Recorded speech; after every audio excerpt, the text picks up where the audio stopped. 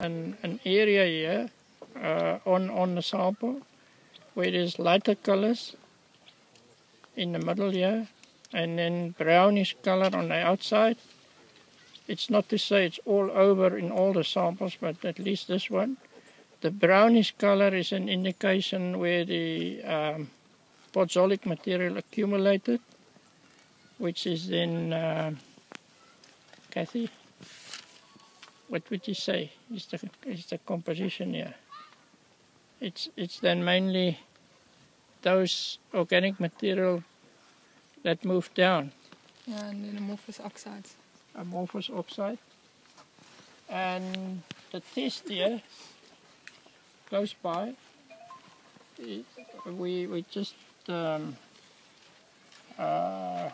grinded some of the material to get it finer, and then we've put sodium fluoride on the sample. Before that we've put phenolphthalein on the, what is this paper, what you call it in English?